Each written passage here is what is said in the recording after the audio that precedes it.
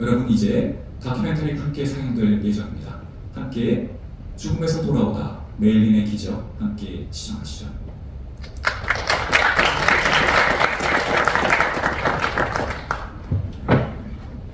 Ma perché ci sia un miracolo, l'importante è che ci sia una guarigione completa, rapida e definitiva e soprattutto una guarigione che la medicina nello stato attuale delle sue conoscenze non può spiegare. 어느 날 기적에 관한 이야기를 만났다. 프랑스 안시로부터 한 소녀의 이야기가 선물처럼 왔다. 어느 날 기적처럼 죽음에서 돌아오는 소녀. 메일린에겐 모든 날들이 기적일 것이다. 박용만 회장님을 모셨습니다. 이제 부활절로 가는 이 길 앞에서 저희가 이렇게 특별한 주제를 가지고 희망의 순례 함께 가는 길이라는 특별한 주제를 가지고 오늘 이렇게 여러분 앞에 함께 만나게 된 것은 심종혁 총장님께서 취임하신 첫 행사이기도 하고 또 서강대학교만이 가질 수 있는 그 무엇을 함께 연결시키고 싶었습니다.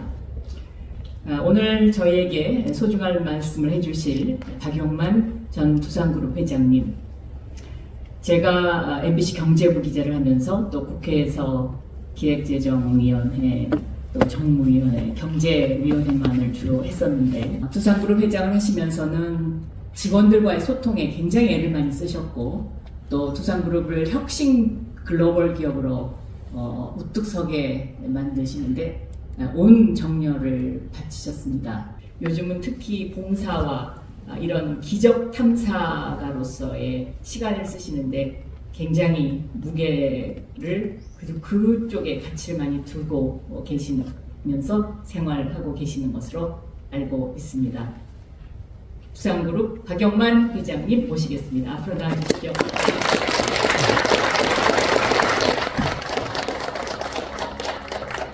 오늘 여러분들이 보신 그 다큐멘터리는 작년 5월부터 그 이야기가 시작이 됐습니다. 제가 올해 유럽을 갔었습니다.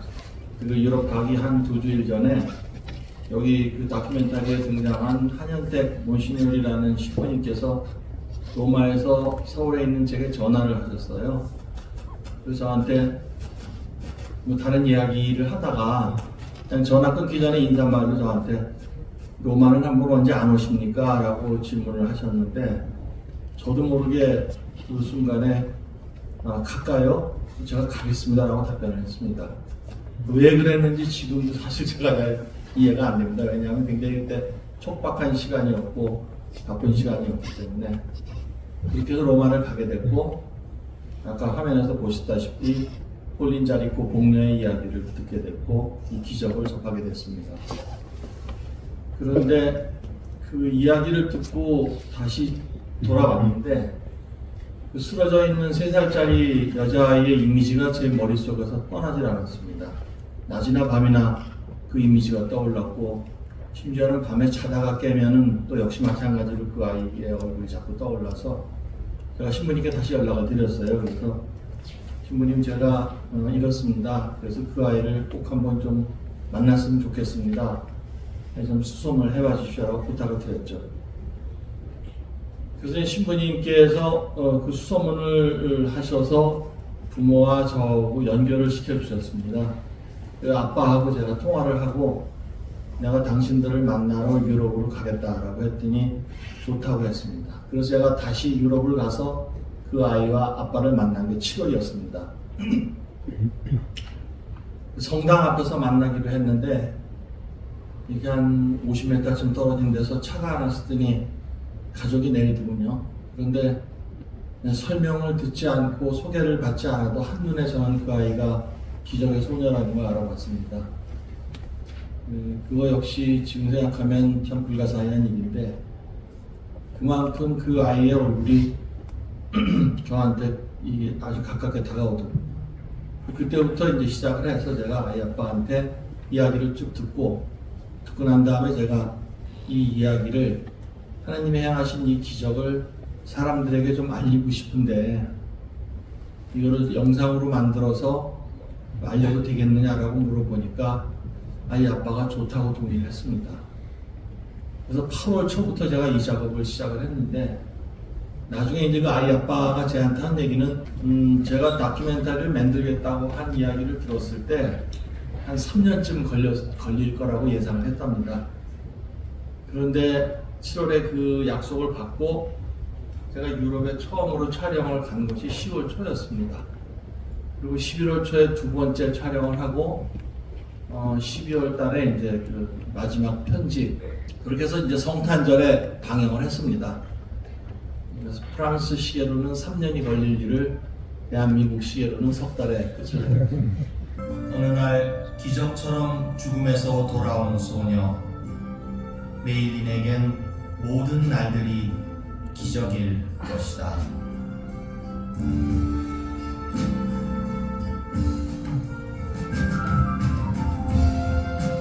많은 분들이 어떻게 박용만 회장님께서 그렇게 활발하게 기업가로서 활동을 하시다가 기적 탐사가로 변모하셨냐, 그것은 무엇이냐, 이런 질문을 저한테도 합니다. 회장님, 어떤 것이 그렇게 회장님을 변화하게 만들었나요? 사실 저도 잘 모르겠습니다. 제가 왜 이걸 하게 됐는지 잘 모르겠고 아까 말씀드렸다시피 그런 설명할 수 없는 과정과 사건을 거쳐서 하게 됐기 때문에 탐사가라는 이야기를 붙이기에는 사실 이거 한 건밖에 안 했기 때문에 그냥 이 사건에 대한 취재를 제가 했다고 생각해 주시면 좋겠고요. 제가 의도적으로 한 거는 거의 없는 것 같습니다. 네. 이 메일린의 기적을 두 단어로 축약해라. 그러면 기도와 기적인 것 같습니다. 저도 기도를 합니다만은 기도를 할 때마다 내가 하는 이 기도가 올바른 것인가 맞는가 이런 생각을 많이 하게 되는데 이 기도에 대해서는 김상용 신부님께서 질문을 해주시는 게 좋을 것 같습니다. 예, 우선 너무 감동적인 다큐멘터리 저는 몇 번을 봤는데 오늘 다시 회장님과 함께 같은 자리에서 이렇게 함께 보니까 좀 더 다른 것 같아요. 그래서 저는 이 다큐멘터리 보면서 사실 가장 감동적이었던 부분은 메일린 아빠가 자기의 어떤 전환점을 설명하는 과정에서 메일린이 그냥 시체처럼 누워 있을 때 메일린의 엄마와 자기 와이프죠. 함께 이렇게 기도할 때는 온전히 고립된 채로 그냥 우리만 이렇게 기도하는 줄 알았는데 15식 때 어떤 특별한 경험에 대해서 얘기하잖아요. 그게 저한테는 이 말씀하신 대로 기도에 대한 전환점이라고 생각해요. 돌아보니까 엄청나게 많은 사실 헤아릴 수 없는 수억의 많은 사람들이 기도로 연대해 있었구나라는 그 언급을 하잖아요. 그래서 그때 당시에 그 인터뷰를 직접 이 박 시장님께서 들으셨는데 정말 그때 저는 화면을 볼 때 굉장히 감동적이었거든요. 어떤 전환점이 그때 좀 기도에 관련된 얘기를 들려주실 때 그때 이야기를 좀 듣고 싶습니다. 네, 그 아이 아빠가 아이가 누워 있을 때 특별한 경험을 하나 합니다. 꿈을 꾸었는데 두 손에 불이 붙어서 활활 타오르는 꿈을 꿨다고 합니다. 그리고 보이지 않는 어떤 목소리가 이 두 손을, 이 불타는 두 손을 아이 머리에 갖다 얹거라. 그러면 아이는 나을 것이다 라는 목소리를 들었다고 합니다. 그런데 아이 아빠는 사실 그때는 세례를 안 받은 사람이었습니다. 그래서 이제 아이 아빠한테 그 손을 얹었는가 라고 물어보니까 못했다고 그래요. 왜냐하면 꿈이 깨고 나서 병원을 향해 가면서 믿지 못하는 거죠. 자기가 내가 혼자 신자도 아닌 사람이 꾼 꿈을 가지고 아이 머리에 손을 얹고 하는, 그러니까 어떻게 보면은 전혀 신자가 아닌 사람 입장에서 보면은 주술적 행위일 수도 있고 믿음이 없었기 때문에 자기가 손을 못 얹었다고 그래요. 네. 그런데 이제 하나 그 얘기한 것은 이제 필름 내용에도 있습니다만은 매일같이 자기는 세례받지 않았지만 하느님이 계시다면 내 딸을 살려주십시오, 살려주십시오 하다가 어느 시점부터는 데려가시려면 데려가십시오. 대신에 데려가시면 내가 사랑한 것만큼 이 아이를 사랑해 주십시오. 그러니 신이 계시다면 당신께 아이를 맡기겠습니다 라고 기도가 바뀌었다고 그러더라고요. 그러니까 그 과정을 이야기를 들어보면 그 자체도 참 성스럽고 신기하죠. 네.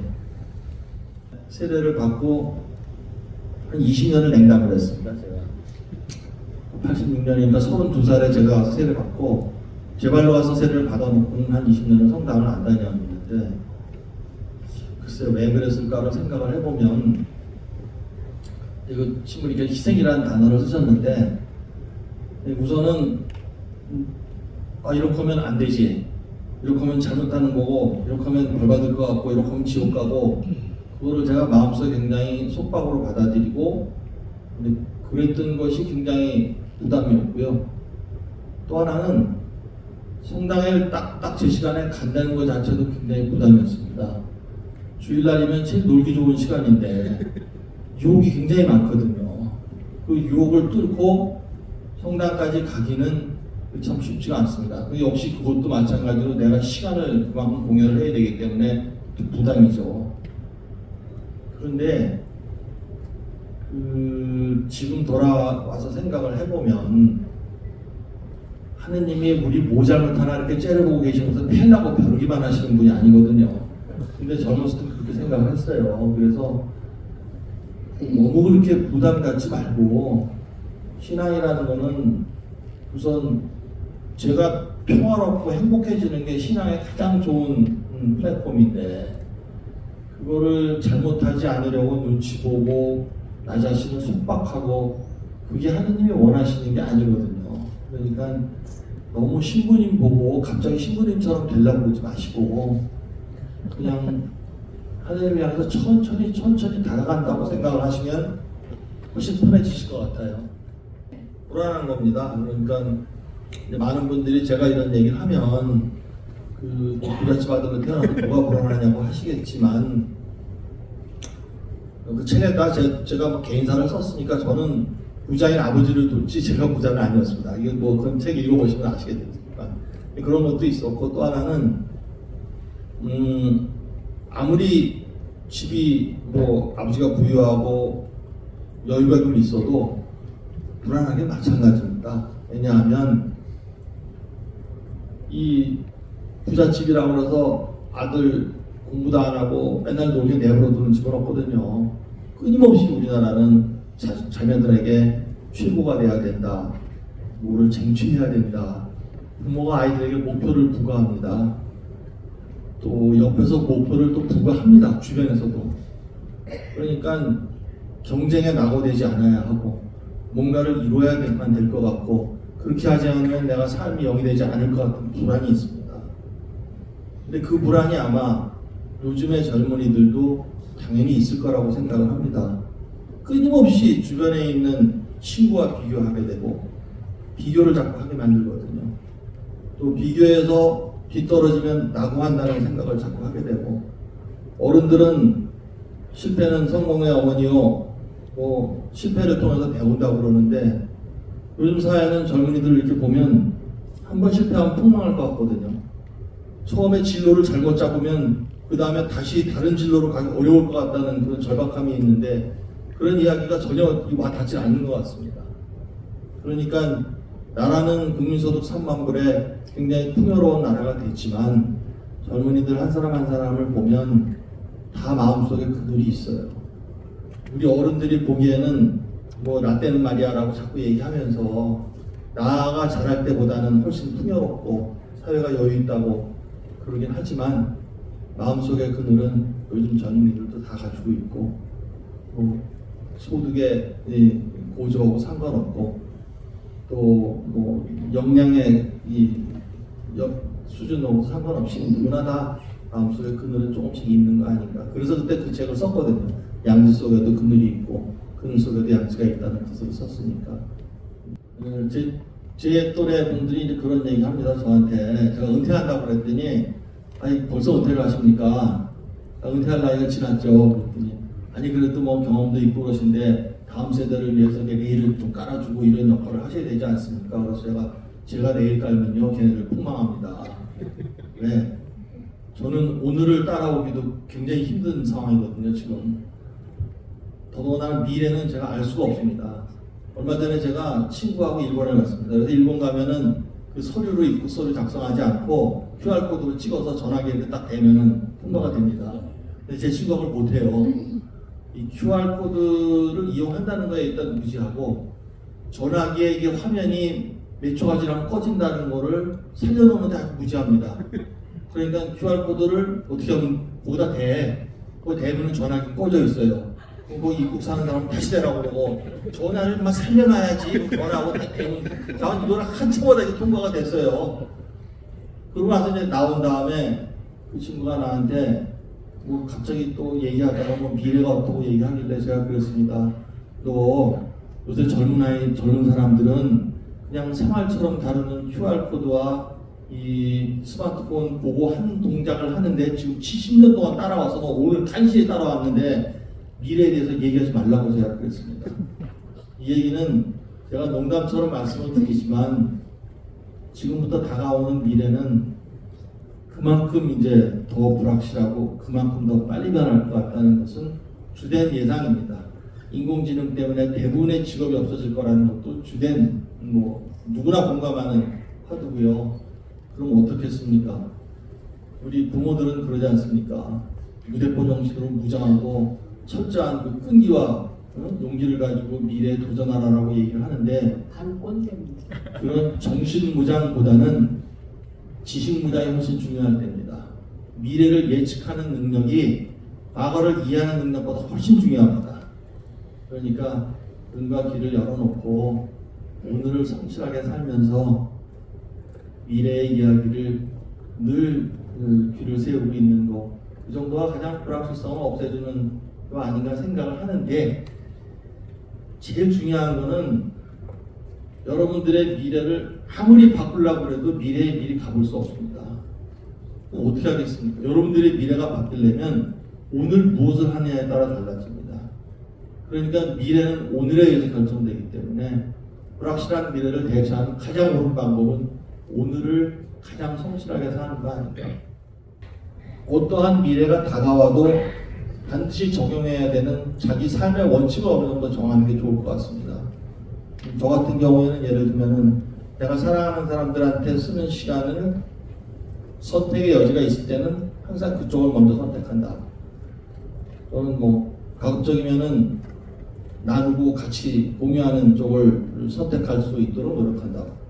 오늘 나한테 주어진 일은 반드시 미루지 않고 하고 지나간다. 이런 뭐 성실성의 원칙, 사랑의 원칙 이런 몇 가지 원칙을 정해놓고 그걸 지키려고 노력을 하다 보면은 그러한 성실한 오늘이 이어지다 보면은 어느 순간에 가면은 미래가 와도 나를 배신하지 않을 것 같다는 생각이 들지도 모릅니다.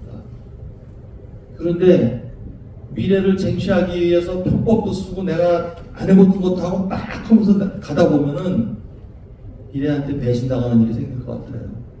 그래서 어떤 미래가 다가와도 내가 크게 배신당하지 않을 것 같다. 왜? 나는 내 나름대로의 원칙을 지키면서 오늘을 성실하게 살았으니까 지금 할 수 있는 것 중에 가장 큰 게 그거 아닐까 싶어요. 네. 왜냐하면 성격들도 미래를 모르거든요. 지금 내가 원하고 내가 정말 즐겁게 할 수 있는 일을 즐기면서 하다 보니까 성공했다. 뭐 그런 얘기 많이 들리지 않습니까? 즐겨라. 그 쉽지 않아요. 세상에 그런 세상이 어디 있습니까? 그 즐길 수 있는 거는 몇 가지 경우가 있습니다. 내 성공을 남이 만들어주는 경우엔 즐겨도 돼요. 뭐 예를 들면 부모가 돈이 많아가지고 뭘 해도 그냥 다 편안하게 살 수 있으면은 즐겨도 되겠죠. 그러나 그거조차도 오래 못 갑니다. 그거는 우리 기업의 역사가 증명을 했습니다. 그렇게 운 좋게 되신 회장님들 중에서 IMF 때 하나만 봐도 30대 대기업 중에서 17개가 쓰러졌습니다. 불과 1년 사이에 지키지 못합니다. 그러니까 천부적인 재능이 있거나 남들이 도저히 가질 수 없는 역량을 타고나면은 즐길 수 있어요. 그러나 그것조차도 그냥 즐기지 못합니다. 자기가 가진 천부적인 재능을 끊임없이 연마하고 그거를 구슬을 꿰야 고배가 되지 그냥 안 돼요. 그러니까 섣부르게 즐기면서 하다 보니 성공했다 그런 얘기 제가 못 드리겠습니다. 즐기려면 죽어라고 뛰어야 되는데 죽어라고 뛰려면 싫은 것도 당연히 있죠. 어떻게 좋은 것만 하고 삽니까? 그러니까 얼마나 되셨는지 모르겠어요. 지금 학생이시니까 사회에 나가면은 이제 많은 경험을 하실 겁니다. 근데 지금 진로를 정할 때 이거를 택하면은 좀 재미가 없을 것 같고 다른 거를 택하자니 지금 너무 늦은 것 같기도 하고 또 그거 택하면은 일단 먹고 살기가 좀 쉽지 않을 것 같고 이런 뭐 고민들 많지 않습니까? 그런데 아직 너무 빠릅니다. 대학교 아직 학생이시면 너무 빨라요. 사회에 나가서 한 10년쯤 지나면 바꾸기가 너무 늦을 것 같죠? 안 늦어요. 요새 오래 삽니다. 일도 오래 하고요. 그러니까 마음 너무 급하게 먹지 마시고 성실하게 닥치는 일 열심히 한번 해본다는 생각으로 하세요. 좋은 일 없습니다. 하기 싫은 일 많습니다. 회사 들어가면 저도 하기 싫은 일 무지하게 많이 했어요. 근데 너무 처음부터 내가 이게 하기 싫은 거 억지로 해야 되는 거 아닌가 그 공포를 느끼실 필요는 없을 것 같습니다. 여러 해 전에 산티아고를 가겠다고 갔었습니다. 800km 여정인데 첫 100km를 하고 나서 몸에 이상이 생겨서 돌아와서 병원에 갔더니 바로 수술해야 된다고 해서 큰 수술을 한번 했습니다. 그러고 난 다음에는 이제 다시 시간이 되면 돌아간다고 그때 가지고 다녔던 지도 뭐 이렇게 스탬프 다 지금까지도 보관하고 있는데 한으로 남았었는데 몇 년 전에 이제 다시 꺼내서 보니까 그냥 괜찮았어요. 왜냐하면 목표라는 것이 꼭 달성해야만 행복한 건 아니라는 생각이 들었습니다. 목표를 향해서 가면서 그 과정 속에서 충분히 보람 있었고 충분히 행복했으니까 됐다. 꼭 목표에 도달하지 않아도 된다라는 생각을 하게 됐는데 이제 그 학생들 젊은이들의 미래에 대한 생각도 보면은 우리 사회는 너무나도 그 익숙한 단어들이 있죠. 쟁취, 목표, 투쟁, 끈기 뭐 이런 단어들이 있습니다. 승리 이런 거. 근데 이제 좀 그런 단어들을 좀 내려놔야 될 것 같습니다. 모든 사람이 삼각형의 꼭지점을 바라보고 가는 사회라는 게 있을 수 없거든요. 그러니까 조금 더 그보다는 편안한 생각을 갖고 미래를 바라보는 것이 되게 중요하다는 생각이 듭니다. 왜냐하면은 어느 사회를 봐도 모든 구성원이 다 성공하는 사회는 없거든요. 그런데 모든 구성원이 다 성공하지 못했다고 해서 대부분의 구성원들이 다 불행하고 행복하지 않다고 하면 그 사회는 뭔가 좀 잘못된 것 같습니다. 그러니까 우리가 의식하든 하지 못하든 젊은 사람들에게 조금 더 여유 있게 마음을 풀어주는 이야기를 조금 더 많이 했으면 좋겠어요.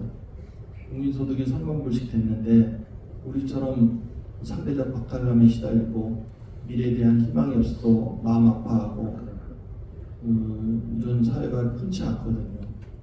창업이냐 또는 대기업이나 그런 기업에 소속돼서 일을 하느냐라는 건 전적으로 개인의 선택입니다. 개인의 선택인데 제가 그 경제단체 장을 하면서 쭉 그 기업들이 움직이는 걸 이렇게 쭉 보면은 앞으로 갈수록 창업은 점점 더 많아져야 될 것 같다는 생각입니다.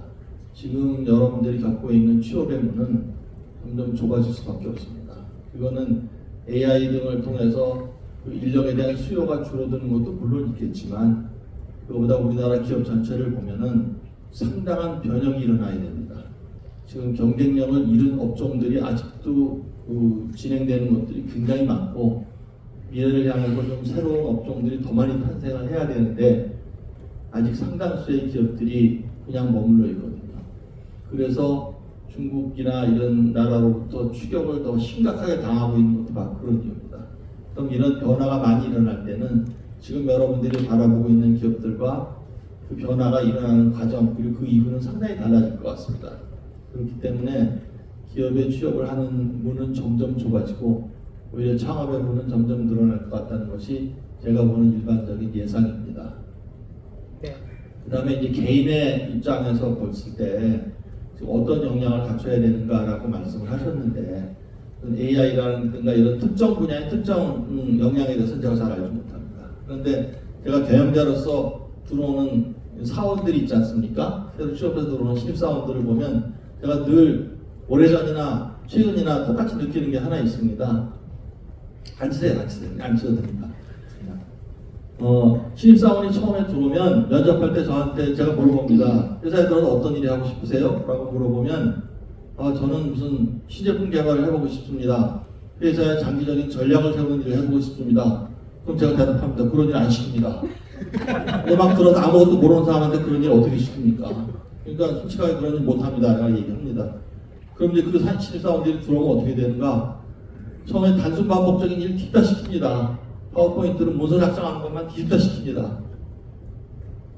자, 그러면 이제 사원들이 그러다 내가 이거 하려고 대학교 4년을 다녔는가? 지금 말씀하신 분처럼 내가 경제학을 4년을 전공을 했는데 파워포인트로 보고서만 작성하는 게 내가 할 일인가? 그런데 한 1년이 지나면 상황이 바뀝니다. 어떤 사람은 이 10명이 들어왔는데 파워포인트로 보고서를 잘 만드는 사람이 2사람이 딱 떠오릅니다. 한 사람은 정말 달인이 돼서 거기 뭐 동영상도 집어넣고 칼라도 화려하고 폰트도 여러 가지 쓰고 정말 아주 멋있는 보고서 만듭니다. 근데 똑같이 숙련됐다고 하는 또 한 사람을 보면 그런 거 할 줄 몰라요.